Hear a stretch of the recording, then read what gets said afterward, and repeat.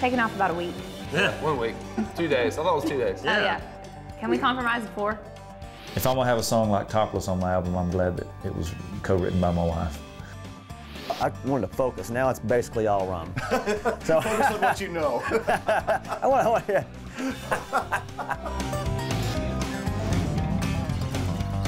This week on Headline Country, Lady Antebellum's Golden Touch leads to their 7th #1 hit. Stars and fans say a final goodbye to the possum. The Pistol Annies ring the bell for round #2. And Kenny Chesney stamps his name on his favorite tropical concoction. Plus, why newcomer Craig Campbell never forgets to never regret. What's up, everybody? We are Lady Antebellum, and Headline Country starts right now.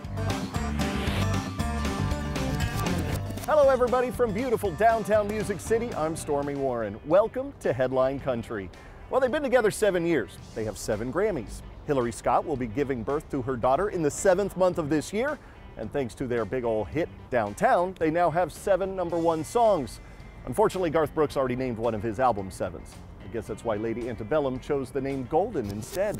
An equally fitting title for a trio with the Golden Touch. I don't know why you don't take me downtown anymore. This is a time in Lady Antebellum's life and career that you guys find yourselves at a crossroads, especially when you guys went into creating this project. What were the crossroads? What was the question marks at either turn? Yeah, I mean, I think the main thing for us was, you know, the 4th record is how are we going to keep, you know, our fans interested? You know, I mean, what can we do differently, but still make sure that it's familiar enough that they know it's Lady Antebellum, and all of a sudden we haven't gone off the grid and, you know, try to be, I don't know, hip-hop artists or something. But, you know, and I think a lot of that came from the live show too. It was like we noticed, man, we really need, like, you know, a song like Downtown for the live show and songs like that. And so that really helped kind of show the way. And also when we started out, we did have a lot of songs like Looking for a Good Time, you know, Love Don't Live Here, and Our Kind of Love, American Honey. It was kind of like, let's get back to a little bit more of the soft side or the easy, you know, not quite so heavy. And we love that too. But more than anything, I think it was just, let's just, you know, always keep them guessing. Let's keep the fans guessing and stretch ourselves. I don't know why you don't take me downtown like you got anywhere better to be. Obviously the song's about how, you know, your spouse or girlfriend, boyfriend doesn't take you downtown anymore. You know, you get very comfortable in relationships. And I was like, wouldn't it be really funny if, like, you know, Dave and I are cops and we arrest Hillary and take her downtown? And so it just kind of developed from there. And it was by far the most fun we've ever had on a video shoot. I want you guys to just describe the metaphor of Golden, what that represents for Lady Antebellum. Golden is the title track of the record, and it's probably also one of our favorite songs on the record. It was the last thing we wrote for this project, and I don't know, it kind of reminded us of how we started out, you know, the 3 of us in a room, and just an idea coming out of nowhere. You know, we didn't come in with any ideas. And the metaphor of it, you know, it has so many meanings for us. The record, it's a golden time in our career, you know, 4th record. We never thought we'd, you know, get this far this quick. And you know, and also too, the record as a whole, we keep calling it kind of our driving record, Roll Down Your Windows.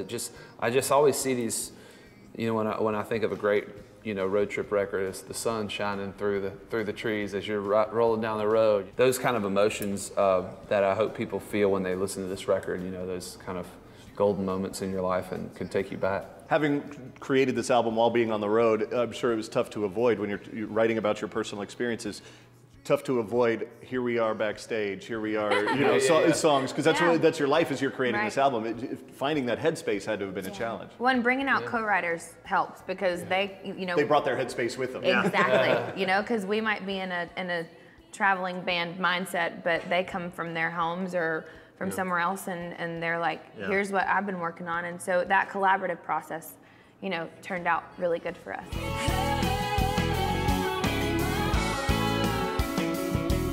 Given birth to Golden, you're about to give birth to another project. Is it kind of surreal for you guys to be at a point of launching such a great project that you're so proud of, and then just going, see ya, for a few months while you... Yeah, it won't be long. I mean, we'll still have singles out there and be doing, you know, certain little appearances, but you know what? I mean, this is a great time for us. It's exciting. Hillary's obviously going to have a little baby girl, and then we've got some plans to get right back out. Trust me, we're dying to play this music live. So. Taking off about a week.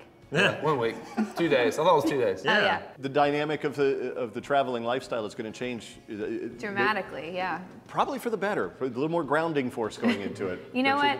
We always have felt like a family on the road, but I think definitely going into this next chapter of our career and of our lives, it'll really feel like a family because it will be one. We share everything, truthfully, you know, and so to be able to look back on the past 7 years and honestly say that we are stronger and better now than we've ever been is, you know, that's a win, you know? I mean, because when it's all said and done, if you aren't enjoying who you're on the ride with, it's really not worth it. And so it's definitely worth it. Hey, girl. Hands in the car! Now, no details yet, but when I asked Charles who's going to be joining Lady A on the road later this year, he just smirked and whispered, "It's big." Till the news breaks, we're just going to have to trust him. To find out how you can help Lady A give back through their Lady Aid Foundation, check out ladyantebellum.com. We'll be right back. Coming up, the Pistol Annies take their fun moonlighting gig to a whole new level.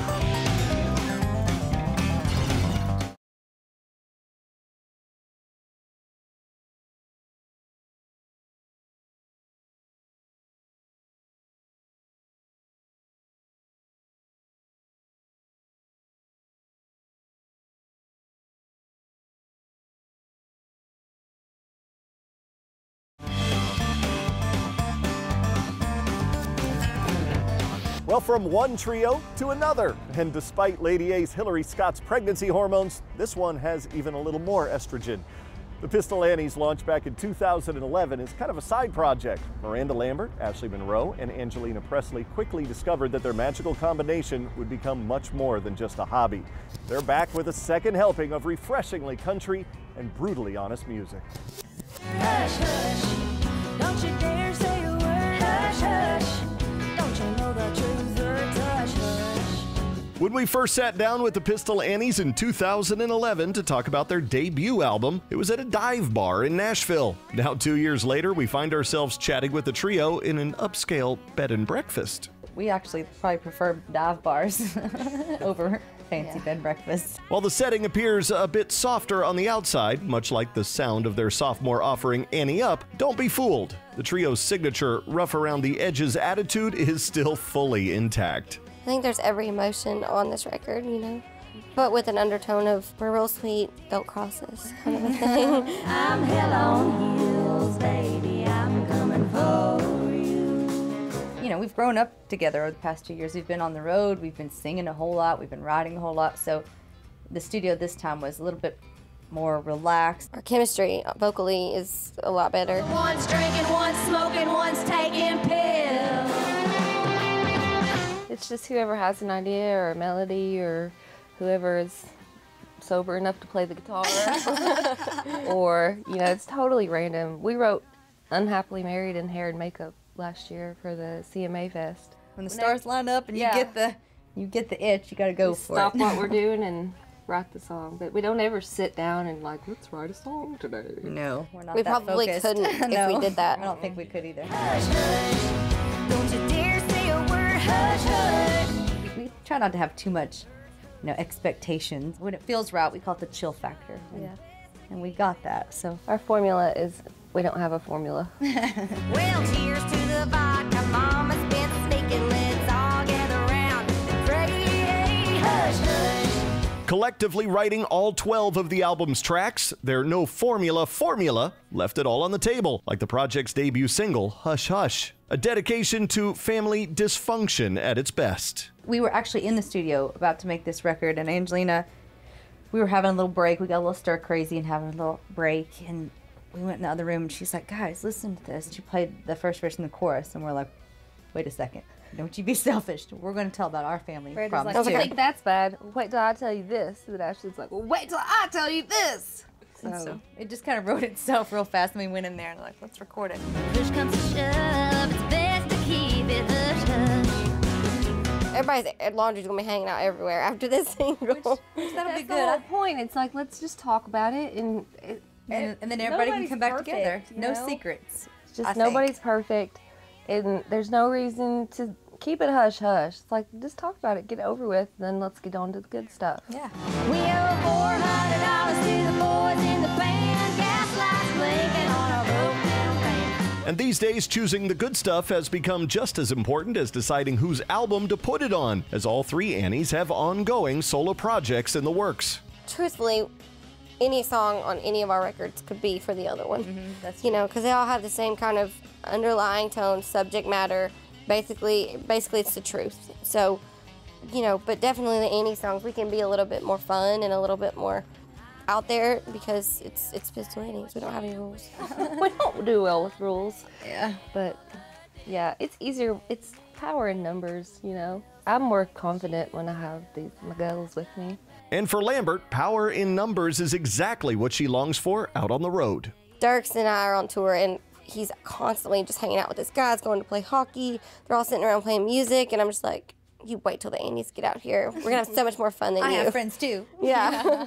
And with plenty of friends cheering them on, the Annies have done what Lambert says she's always wanted to do, create a legion of fans devoted to the band independent of her own solo success.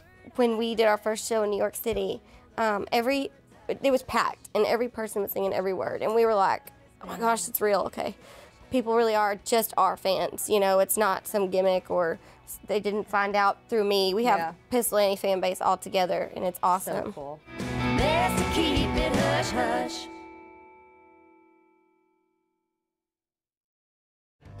Still to come, stars and fans say a final goodbye to George Jones.